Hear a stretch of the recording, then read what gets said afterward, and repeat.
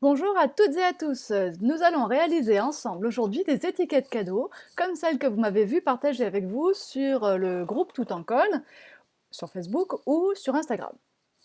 Alors, pour ça, j'ai réalisé en amont plusieurs découpes dans du papier blanc, turquoise et craft avec les die MFT Blueprint. J'ai choisi les Blueprint 5 et Blueprint 6, c'est ceux qui permettent de réaliser des tags ronds ou rectangulaires et de créer un peu ces tags, c'est comme ça qu'ils s'appellent, build tag, puisqu'il y a plusieurs éléments que l'on peut combiner les uns aux autres.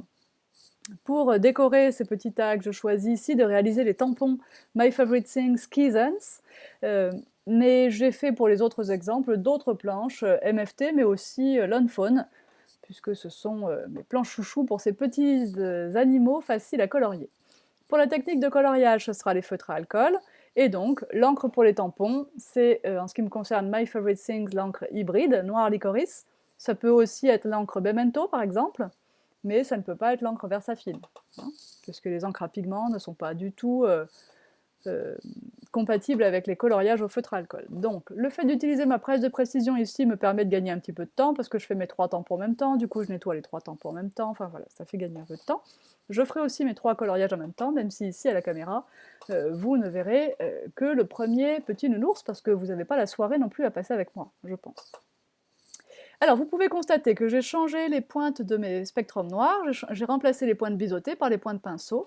J'adore ces points de pinceau, et donc tous mes feutres seront rapidement équipés des pointes pinceau dorénavant.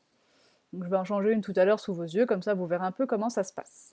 Je choisis pour les nounours de colorier avec les tonalités MB. Donc je vais y aller crescendo et décrescendo comme d'habitude, le MB1, MB2, MB3, MB4. Là ça va, il faut ranger dans le bon ordre ceux-là, ils vont bien du plus clair au plus foncé. Donc le MB2, j'essaye de choisir la direction de la lumière. Donc je vais colorier dans cette tonalité numéro 2 seulement la moitié de la tête du nounours et un petit bout des mains. Je prends le numéro 3, et alors là je fais toujours du même côté mais sur une zone un petit peu moins large. Ces feutres se fondent tellement bien qu'on n'a même pas besoin pratiquement de repasser la couleur plus claire pour fondre. Et pourtant ici je ne suis pas sur un papier Dina Solar White, alors c'est dire si j'avais un vrai papier à feutre à alcool, ça serait encore mieux. Et donc voilà, je rajoute un petit peu de texture avec des petits pois, hein, des techniques de pointillés. Et vous voyez qu'on a nettement une couleur de visage plus claire à droite qu'à gauche. Je vais zoomer un peu plus pour faire le pull dans les tonalités de vert, vous allez voir. Pour les verts, je prends les LG. Mes LG n'ont pas encore les points de pinceau, donc je vais le faire avec vous. D'abord, je prends une pince, vous n'avez pas vu, j'ai pris une pince et j'ai tiré sur la pointe biseautée. Et là, je viens d'enfoncer tout simplement, voilà, la pointe pinceau à sa place. Alors la pointe pinceau, on doit l'enfoncer de façon à ce qu'elle ne soit pas abîmée au fond du bouchon après, hein. Donc il faut l'enfoncer un petit peu plus bas que le plastique. Vous verrez, il y a une partie plastique et une partie pointe feutre, bien sûr. Et il faut la rentrer d'1 millimètre à peu près, cette partie plastique, pour être tranquille. Donc vous voyez que c'est tout à fait différent. Quand on appuie, on a vraiment cette pointe pinceau qui va nous aider au moment où on relâche un peu la pression, à avoir une couleur déjà un peu plus douce. Donc finalement, ça va nous aider vraiment beaucoup à faire les transitions. Alors évidemment, j'espère que ça sera un peu mieux cadré juste après. Mais là, j'y vais encore crescendo, décrescendo, 1, 2, 3, 4, et je vais même prendre le numéro 5, et même encore un autre, un DG3, pour foncer encore un petit peu tout de suite après.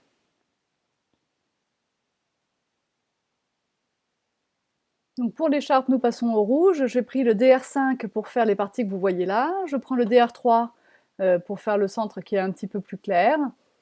Et je prends le DR7 pour faire les ombres que vous voyez ici. Si vous n'avez pas un rouge trop assez foncé, eh bien vous prenez un marron par exemple, hein, pour foncer les rouges, ça va très très bien.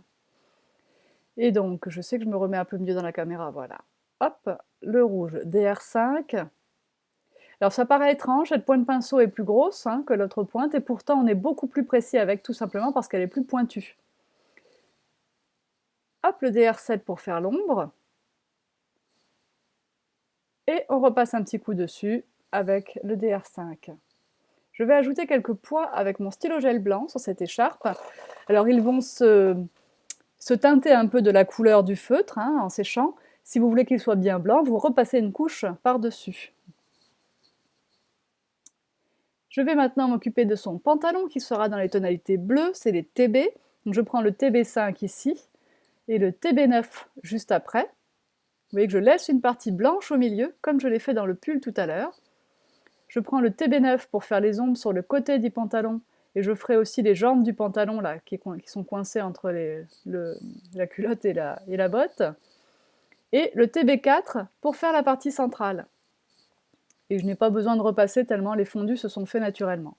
Pour les chaussures de ski, on va prendre des gris très foncés. Donc là, je prends IG6, je commence du plus foncé directement. Je vais prendre, je sais pas, ça doit être IG4, je crois. Non, IG5 pour faire le reste de la chaussure. Et IG2 pour terminer. Et je vais peut-être rajouter un peu de IG8 vraiment pour la partie foncée du talon. Voilà. Pour faire les skis, ça sera IG8 et du noir.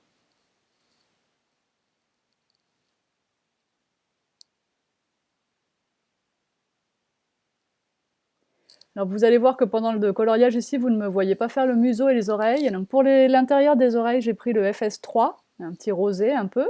Et pour le museau, j'ai pris le TN2. Il est temps de découper. Pour cela, vous en avez maintenant l'habitude. Vous faites tourner votre papier à l'intérieur de votre paire de ciseaux. Moi, je décide de ne pas laisser de bord blanc. Je préfère comme ça, en tout cas pour cette fois. Je vais juste laisser un bord autour des bâtons, de façon à ne pas trop les fragiliser. Une fois le découpage terminé, vous prenez un feutre noir et vous passez sur les tranches. Ça vous aide à masquer les petits accros de découpage, les petites pointes. On n'est jamais parfaitement régulier, c'est sûr. On fait forcément moins bien qu'un die de découpe, ça c'est évident. Donc le fait de passer les tranches en noir vous permet de gommer un petit peu ces irrégularités. Et s'il reste un peu de blanc, bien vous le noircissez de façon à ce qu'il ne se voit pas. Autour des bâtons, par contre, pas de feutre noir, puisque là on a laissé un bord blanc. Hein. Voilà. Faites bien attention à ne pas déraper sur le motif. Faites bien les petites pointes là, des cheveux, essayez de bien rentrer. C'est pour ça qu'un feutre noir à point de pinceau est indispensable pour faire cette étape. Pour ma part, c'est le feutre Pitt noir. Alors c'est un gros, mais le petit fait pareil. Je vais décider d'assembler ces deux tags comme cela et de rajouter au fond des petits flocons, mais pas les flocons argentés, les flocons dorés. Donc ça, ce sont des feuilles d'acétate à flocons dorés ou argentés ou blancs que vous pouvez retrouver dans la boutique en ligne. Bien sûr, je vous mettrai encore une fois tous les liens sur le blog tout en colle. Le fond ici ne me convient pas comme couleur en blanc, donc je passe mes feutres à alcool dessus pour le colorer tout simplement. Et là, c'est le MB1. Alors le MB1, j'en rajoute un peu en haut et en bas, vous voyez, je veux le fondre avec une couleur plus claire, ça sera EB1. Sur EB1, je n'ai pas encore la pointe pinceau, donc j'y vais avec la pointe biseautée, puisqu'ici c'est une large surface. Je le cherche actuellement pendant que je vous parle. Voilà. Donc je passe EB1 un peu partout, parce que c'est une couleur un petit peu plus claire que MB1. Et voilà. Et vous voyez que ces feutres à alcool, c'est quand même magique, toutes les traces de crayonnage s'en vont. Ici, je coupe avec ma paire de ciseaux mon petit morceau d'acétate, voilà, pour qu'il ne dépasse pas du tag. Pour les tags ronds que je vais vous montrer à la fin, j'ai simplement repassé cet acétate dans la Cuttlebug. Ça n'est pas coupé complètement, mais je n'ai ensuite qu'à reprendre les traits déjà à moitié coupés avec mon scalpel pour terminer les découpes. Ici, on colle avec la colle à pointe fine. De toute façon, ce trait de colle sera caché par la partie que nous mettons par-dessus. Voilà.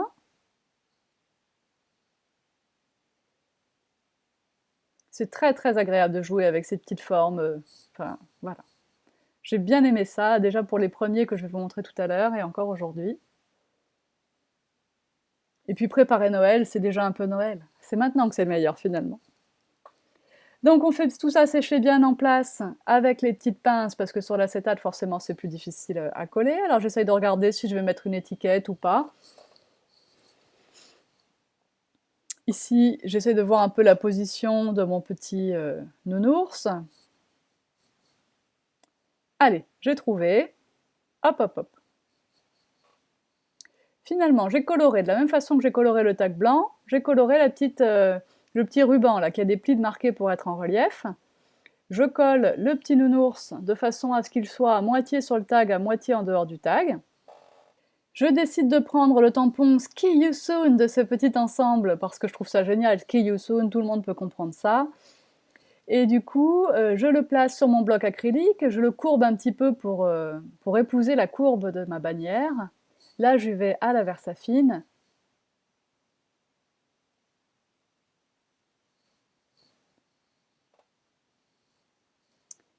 Et je tamponne.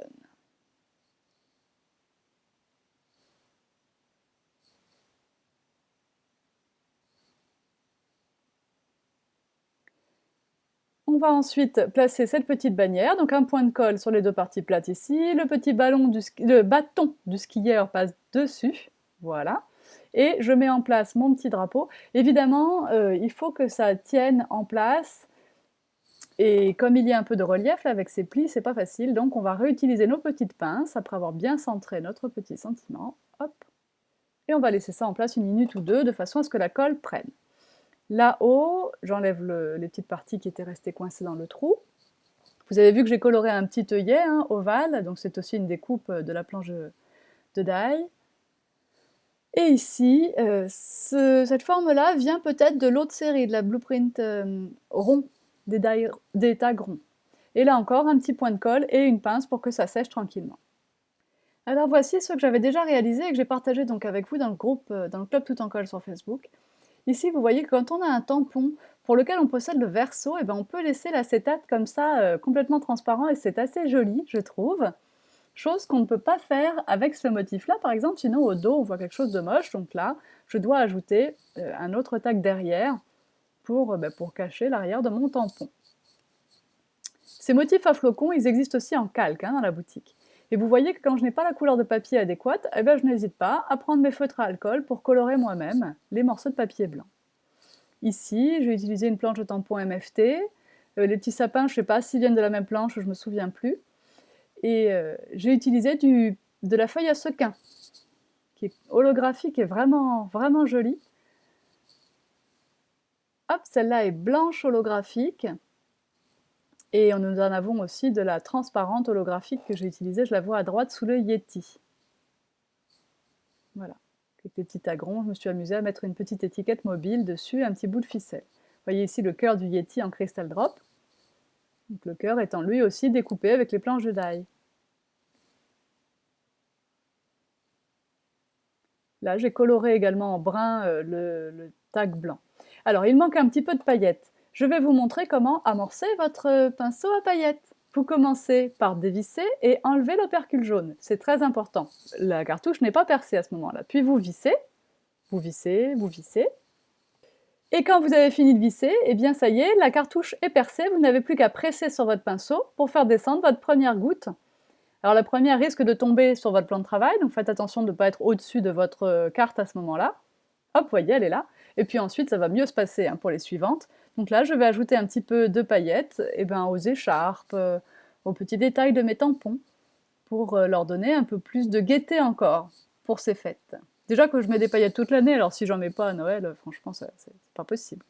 Donc vous voyez ici, je fais carrément le pull de cette petite lapine. Je fais pareil pour son copain en bleu marine juste après. Et il y a un Yeti pour lequel je vais carrément colorer le Yeti, parce qu'il est tout simple, il n'a pas de petits détails. On voit bien que ça brille, c'est vraiment magique ce truc. Hop, voilà le petit lapin en bleu.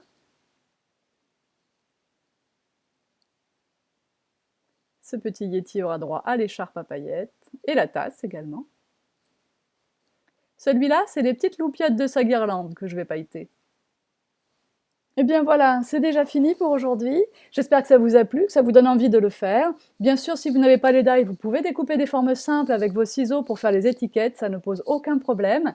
Pour les tamponnages, c'est vrai que si vous n'avez pas les tampons, c'est plus compliqué. Et pour les coloriages, si vous n'avez pas de feutre, sortez vos crayons de couleur.